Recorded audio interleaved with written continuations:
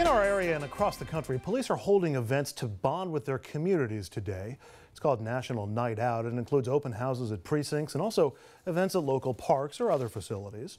Now, that's all coming in the wake of a deadly weekend in Chicago where 11 people were killed and 70 were wounded. Gang violence is to blame. The police superintendent says it's up to the community and not just the PD to help out. The city isn't on fire. We just have to do what we have to do in those challenged areas to make it better. CPD is only as good as the faith that the community has in it. Every societal ill just simply can't be placed at the doorstep of the police department and expect them to handle it. It's not about what the police department can do. It's about what you should do. But here's the secret behind that deadly weekend and behind all the talk about Chicago being unsafe. Overall, crime rates are actually falling in Chicago. Police department statistics show how 26% compared to last year, and shootings there are down by nearly a third. In Mount Vernon, in Westchester County, they're also seeing a steep drop in crime. The mayor says serious crimes have fallen by 32% in the past 6 years, and the murder rate in Mount Vernon is down by more than a third. Earlier today, I spoke about all of that and more with Mount Vernon Police Commissioner Sean Harris. Commissioner Harris, thanks for joining us. We wanted to use the National Night Out, which is tonight, as an opportunity to sort of take stock of where we are with police and community relations. But let's start with National Night Out. I think people know what it is by now. It's been around for long enough. But is it really effective in improving the connections between the police department and the folks you're policing? Well, it's just one of the tools that we use. Actually, we have several events throughout the years. We use Coffee with a Cop. We have different other community events with different community organizers. So National Night Out is just one of several events that the police utilize throughout the year to interact with the community. So let's reset where we are with police and community relations, because we see news stories with terrible things that are happening in other cities. Chicago had a particularly bad weekend that we'll come back to. We also hear from some elected officials, including the president, that carnage and killing fields are running rampant in American cities, and yet nationally, it seems like major crime is declining. It's also on the decline in Mount Vernon. What's your sense of how violent crime in particular, is going across the country? Well, violent crime across the country can go up and down, and studies have shown that. But we have to change our tactics and our training and our procedures to address these issues. But as I constantly say, we cannot be as effective as we are in any community without the partnership with the community. So that's the key ingredient in this recipe to fight crime across the country. Well, we look at a lot of news stories and we see what looks like an adversarial relationship between the police and the groups of people that they're policing. Or how would you describe that relationship in Mount Vernon? Are you the enemy for a lot of people? Are you the bad guys for a lot of people? No. One thing I can say is that in Mount Vernon, we have a lot of police officers that grew up in Mount Vernon, have families in Mount Vernon, and have a relationship with the community. And Mount Vernon, the police department, is one of the most diverse police departments in the state.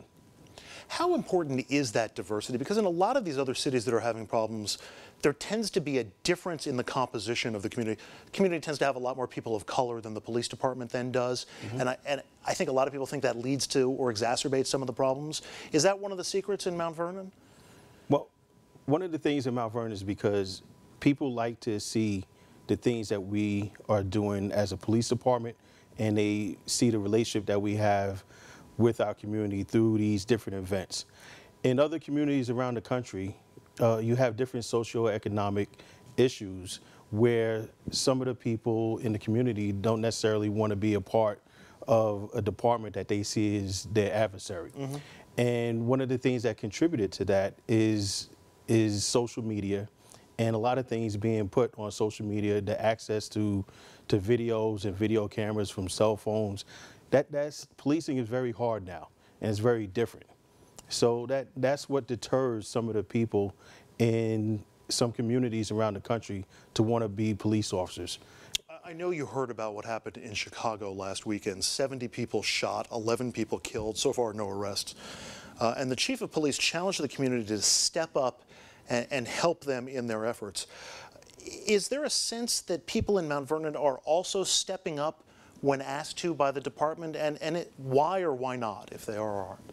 Well, we see both sides. And before I came here, me and members of the command staff met with a family of a victim of a homicide. And we just wanted to update them on the status of the investigation, let them know that it's not forgotten. She's not forgotten, the family's not forgotten, and the victim is not. But it's difficult. We run into issues with the no snitching rule. And what I explained to her is that people can give them information, they could speak amongst themselves, but they won't give that information to the police. And I can understand both sides. And one of the problems is that the people that come forward to give information, we're going to need them to testify. But what happens afterwards? They have to go back to these neighborhoods that they live in, and they have to live with these people that are involved in these incidents. So it's a big difference in testifying against somebody that's involved in a homicide than it is in somebody that's involved in a theft case. That sounds like an issue that would be common in Chicago or in Newark or in Mount Vernon. How are you dealing with that problem in Mount Vernon? How do you get people to overcome this fear of snitching or to follow through and show up to testify when it comes to it? Well, one of the things is we establish relationships with different law enforcement agencies. We are sharing more information. We're making it harder for people who commit crimes to commit a crime in Mount Vernon, then go to Rybrook or somewhere else in the county or the state or maybe another state and commit crimes. So that's why we're sharing information and we're trying to arrest them. It might not be related to, say, a homicide. They could be arrested for someone else, for something else. But then it's easier for us to get information because now people in the street know that that person that was involved in that is incarcerated. We talked a little bit before about technology and how that's impacting policing, body cameras and people's cell phone cameras. I want to show you some body cam video out of Minneapolis. The suspect was killed, but these officers are not being charged. Let's watch that video. Put your hands up! You got a gun, mother. Yes, you do! Put it down! Put it down! I will shoot you! Put your hands up! Put your hands up! Put your hands. So look, no police-involved shooting is a positive, obviously. Everybody wants to avoid them. But in a case like this, you had body cam video that showed the suspect with a gun in his hand, refusing to accept the orders of police. And it led to the department's conclusion that it was a justified shooting. And I think most people look at that and say, it seems like it was more justified than not. We heard so many concerns, particularly from police officers when body cams were first being rolled out, that this was going to hamper their ability. Is it also a positive? Does it also sometimes exonerate police? I mean, what's the view of body cams among your officers? And do you have them in Mount Vernon? No, well, we have a grant, and we're looking to implement them soon. But we went through something similar in the 90s with the in-car video system, where officers were hesitant to have them in the patrol cars. But then they realized later that the video cameras in the car helped them more often than it hurt them.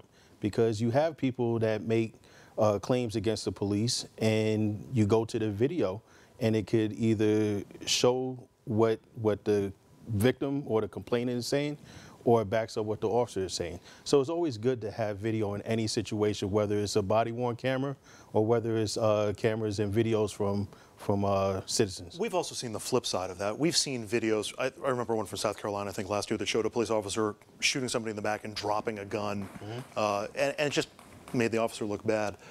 That was also one of the fears before body cameras and these cell phone videos, that it would make the police hesitant because it might make them look bad in all of this, which begs the question about bad cops. And I'm sorry to bring that, but is the blue wall still in place that we've heard about? Or if there's a bad cop in your ranks, do you think your officers would want that guy out? Well, officers that engage in misconduct, they affect the whole organization and the whole law enforcement community. So it's about holding those officers accountable. And yes, body-worn cameras help to hold officers accountable for their actions. And like I said before, whether it's holding them accountable for something that they did wrong or helping to exonerate them when they do the right thing.